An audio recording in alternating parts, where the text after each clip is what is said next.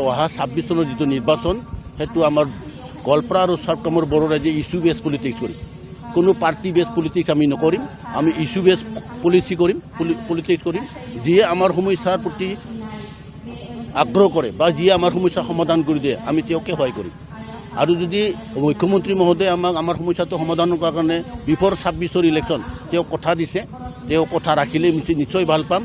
কিন্তু কথা কৈ পেলাই যদি নাৰাখে তেতিয়াহ'লে আমি 26 নিৰ্বাচনত আমি ইস্যু বেছ পলিটিক্স কৰিম, আমি কোনো পাৰ্টি বেছ পলিটিক্স নকৰিম। এতিয়া শুনক, এতিয়া আমি দক্ষিণ কামৰূপ আৰু গোৱালপাৰা জিলা আমিও বড়ো নেতাসকলৰ ওপৰত ভৰসা কৰি আছোঁ, কিন্তু তেখেতসকলে আজিলৈ আমাৰ ইস্যুবিলাক এৰাই চলি আছে। গতিকে তেখেতসকলে এৰাই চলিছে, আমি তেখেতৰ লগত সাপি থাকিম এইটো কথা নহয়। আমিও নিজাববীয়া শক্তিৰে যুঁজিম, আমাৰ নিজাববীয়া শক্তি আছে। আমি যোৱা মাৰ্চ মাহত BCCৰ আণ্ডাৰত যিমান 19টা বড়ো সংগঠন আছে 4000 প্ৰতিনিধিলৈ আমি এটা মুখ্যমন্ত্ৰী আহ্বান কৰা হিচাপে আমি এটা বিকল্প আনিছোঁ।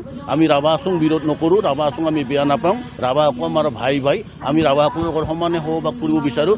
কিন্তু নিজৰ অধিকাৰটো লৈ অধিকাৰ অবিহনে আমি বিসৰ্জন দি তেওঁলোকৰ লগত চলিম এইটো নোৱাৰে। আমি কিছু সংগঠনি বিচাৰিছোঁ, ৰাভা আচঙৰ কিছু সংগঠনি, যে কামৰূপত 5টা গোৱালপাৰাত 5টা সমষ্টিয়ে সংগঠনি বিচাৰিছোঁ। এইটোহে আউট অফ 36 10টা চিট সংশোধনী কৰাত কি অসুবিধা থাকিব পাৰে? আমিতো ৰাভা ভাইসকলক সন্মান দিয়ে কৈছোঁ যে আপোনালোকক আমি দিগদাৰ নকৰোঁ, আমি 5টা সমষ্টিয়ে ৰিডিলিমিটেশ্যন কৰিম। গতিকে সকলোৱে গ্ৰহণ কৰিব পৰাকৈ, যিহেতু নীলাচল আন্দোলনৰ ফলত ৰাভা আচং হৈছে, গতিকে ৰাভা আচঙৰ নামটো চেঞ্জ হোৱাটো আমি নিবিচাৰোঁ। কিন্তু নীলাচলটো যদি সংযোজন কৰে গোটেই ৰাইজে আঁকোৱালি ল'ব, ফিল গাৰো ভাইসকলেও তাক আঁকোৱালি ল'ব। আমি ইয়াত সকলো জনগোষ্ঠী একত্ৰিত হৈ সকলোৰে বিকাশ যাতে হয় সেই পৰিৱেশ আমি সৃষ্টি কৰিব বিচাৰিছোঁ। আৰু ৰাভা ভাইসকলক মই এই বিষয়ে অনুৰোধ কৰিছোঁ, তেখেতসকলেও যাতে অন্তত আমাৰ নিজৰ ৰাভা আচঙত আমি তেখেতসকলৰ সৰু ভাই, BTED তেখেতসকলে সৰু ভাই, ইয়াত তেখেতসকলে ডাঙৰ ভাই, সৰু ভাইক যাতে তেখেতসকলে উন্নয়ন নকৰে তাকে আহ্বান কৰিছোঁ। আমাক কিছু বাচি থকাৰ যিটো ৰাস্তা অধিকাৰ সেইটোত যাতে তেখেতসকলে বিধি পথালি নিদিয়ে তাকে আহ্বান কৰিছোঁ। আৰু আমি যদি আমি বিচৰাটো পাওঁ, ৰাভা আচংটো 6 চিডিউল হোৱাটো কি আমি ছেপাৰেটলৈকেও যোৱাৰ আছোঁ, এনেকুৱা মেণ্টেলিটি আমাৰ আছে। গতিকে তেখেতসকলক মই বিনম্ৰ আহ্বান জনাইছোঁ, আমাৰ লগত বহক, আলোচনা কৰক। আজিলৈও বহা নাই। মুখ্যমন্ত্ৰী মহোদয়ে তেওঁ কথা ৰাখক, সেইটোৱে আহ্বান কৰিছোঁ। কথা দিছে, কথা ৰাখক।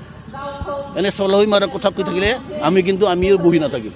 বিপ্লৱ ৱেলকাম।